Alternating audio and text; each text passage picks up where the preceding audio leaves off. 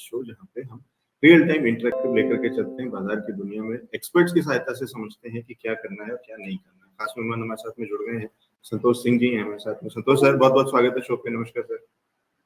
नमस्कार Alex ji, thank you for having me. Welcome Thank you, back. sir. आप बीच बीच में जाते आते रहते हो। Thank you. ठीक है, थैंक यू सर। मैं कुछ कोशिश कर रहे हैं कि थोड़ी चीजों को और बेहतर किया जाए, कुछ बढ़ाया जाए, कुछ एक्सपेंशन किए जाए, तो उस सिलसिले में थोड़ा ट्रैवल हो रहा है। संतोष सर, बाजार ने कुछ दिन तो अच्छी तेजी दिखाई और रिकॉर्ड लेवल्स के आसपास हम पहुंचने लग गए। बैंक निफ्टी में शायद रिकॉर्ड तोड़ भी दिए, निफ्टी में मुझे नहीं लगता शायद हम रिकॉर्ड्स तोड़ पाए, लेकिन ऑलमोस्ट उन्हीं लेवल्स के बहुत ही आसपास काम कर रहे थे। आज एक कमजोरी दिख रही है। नॉर्मल है, चिंता की कोई बात नहीं, या कुछ इसको थोड़ा आगे के उसमें भी समझा जाए कि ये कहीं कुछ इशारा भी हो सकता है थोड़ा आगे की चीजों को? देखिए एलेक्स जी, अभी तक तो नॉर्मल लग रहा है, क्योंकि अगर आप देखेंगे कि एक अच्छा रनअप आया था निफ्टी, बैंक निफ्टी पे, और उसके बाद थोड़ा सा साइडवेज कंसोलिडेशन था। लास्ट वीक भी हम जब बात कर रहे थे तो उसमें मुझे यही लग रहा था कि शायद शॉर्ट टर्म करेक्शन पैक्ड है, और कहीं ना कहीं क्योंकि बहुत सारी चीज़ों मतलब नीचे नहीं जा रहा था बाजार और ऊपर भी नहीं जा रहा था, एक साइडवेज था। साइडवेज के बाद फिर हम एक रेंज ब्रेक कर रहे हैं।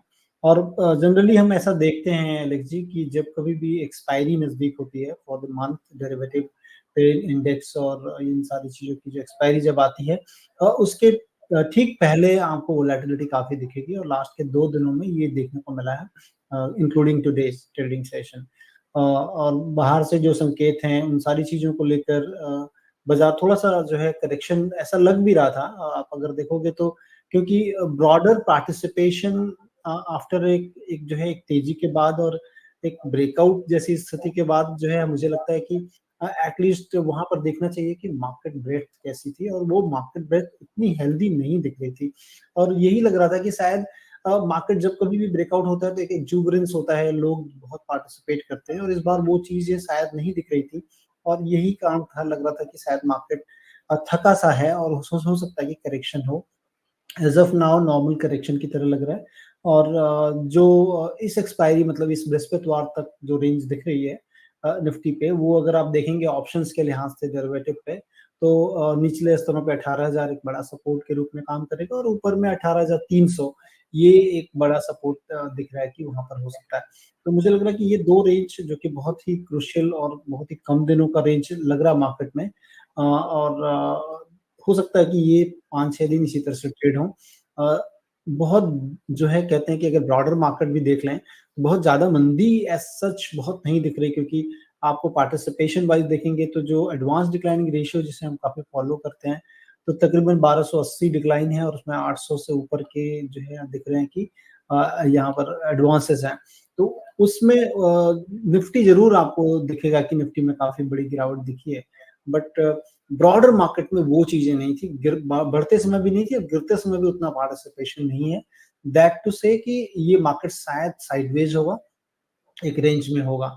तो मुझे भी लग रहा, मतलब ऑप्शंस देख के वही लग रहा है। और करेक्शन जो है अगर आप टेक्निकल देखोगे तो आप ऊपर पे जाकर 18,400 के आसपास रुक रहा था मार्केट, तो that was giving a signal कि जा सकता है नीचे। तो ये शॉर्ट टर्म यही व्यू है। लॉन्गर टर्म में अभी भी बहुत ज्यादा डेंट नहीं दिख रहा है एलेक्स जी, क्योंकि अगर आप ये सीजन अगर क्वार्टरली नंबर्स के लिहाज से देखोगे तो वॉश आउट होते हुए दिखेगा। लेकिन मुझे लग रहा है कि अगर लॉन्गर टर्म के लिहाज से देखें, मार्केट शायद उस चीज को ज्यादा देखता है कि आने वाले 2, 4, 5 या 8 क्वार्टर तक आप क्या देख पा रहे हो, तो उसमें बहुत ज्यादा डेंट शायद नहीं दिख रहा होगा मार्केट को। इसीलिए मेरी यही सलाह होगी कि अगर ये अपने सपोर्ट लेवल पे आता है, लेट्स से कि फॉर 18,000 के आसपास अगर आता है, तो आपको अपने चुनिंदा शेयर्स को जरूर पिक करना चाहिए। जी, तो ये है राय, और बहुत ज्यादा चिंता की कोई बात नहीं कह रहे हैं संतोष सर, ये बहुत ही नॉर्मल है। और बाकी एक्सपायरी वाला, मंथली एक्सपायरी वाला हफ्ता है, शुरुआत है तो यहाँ पे, और एक छोटी एक्सपायरी भी है सर इस बार, जल्दी थोड़ा सा। हाँ, अब ये क्या होता है एलेक्स जी कि देखिए, अब एनएससी और सेबी ने जो मिलके जो बनाए हैं, जो नियम है कि लास्ट थर्सडे एक्सपायरी होती है। तो कभी कभी होता है कि आपको मिलेगा कि थर्सडे जो है वो लास्ट डे में आ जाता है दिन, मतलब पूरे महीने के, और कभी एक हफ्ते पहले ही आ जाता है। और उसके बाद जैसे कि अब इस मंथ में हम वेडनेसडे को last day of the month होगा, तो मतलब जस्ट एकदम रह गया, इसलिए कह सकते हैं कि छोटी होगी एक्सपायरी। तो कभी-कभी ये साइकिल्स में आता है ऐसे, कभी छोटी होती है, कभी बड़ी होती है। दैट टू से कि आप ठीक ही बोल रहे हो कि थोड़ी छोटी है, कम दिन रहे हैं एक्सपायरी में।